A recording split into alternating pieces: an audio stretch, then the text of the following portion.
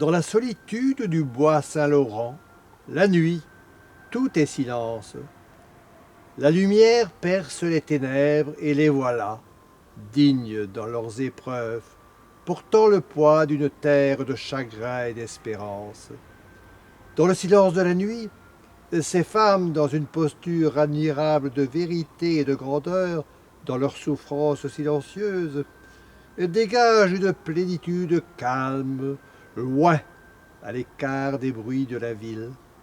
Il faut le noir dans la nuit pour souligner les contrastes.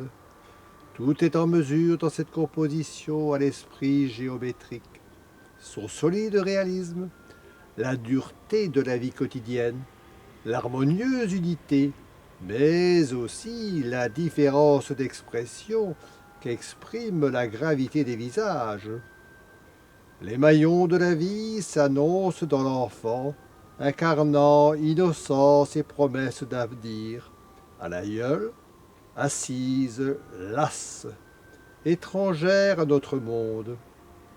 Le tracé de la morsure dans la pierre grise, couleur de cendre, inscrit la modernité dans la pureté des lignes verticales. Elles élèvent l'ensemble dans une noble attitude. Vous baissez les yeux, et, comme en un coup de baguette magique, apparaissent ces plaques lavées de l'apatite du vert de gris. Rehaussées par l'éclat de la lumière, elles s'adressent à notre imagination, nous élèvent vers des temps légendaires resserrés par l'artiste en une frise de métal. Inspirées par la vision romantique du XIXe, les séquences se déroulent d'un lieu à un autre, en gardant leur apparente unité.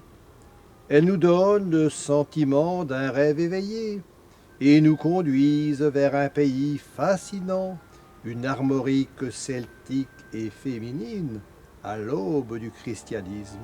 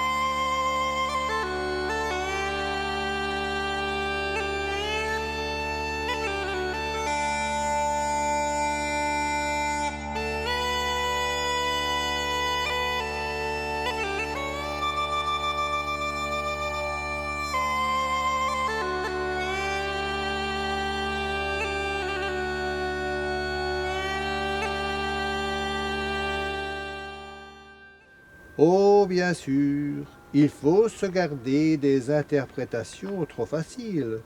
Ces femmes sont face à nous, posées comme une horloge arrêtée au terme de la course d'un temps révolu.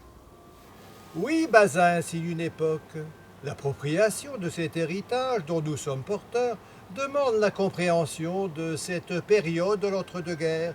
Immuable, l'œuvre a encore aujourd'hui une résonance humaine.